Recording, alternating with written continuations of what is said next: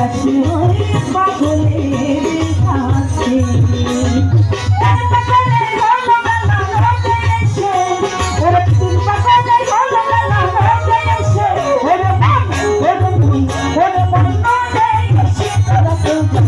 পাগলের কাছে তোরা তো যাচ্ছি ওই পাগলের কাছে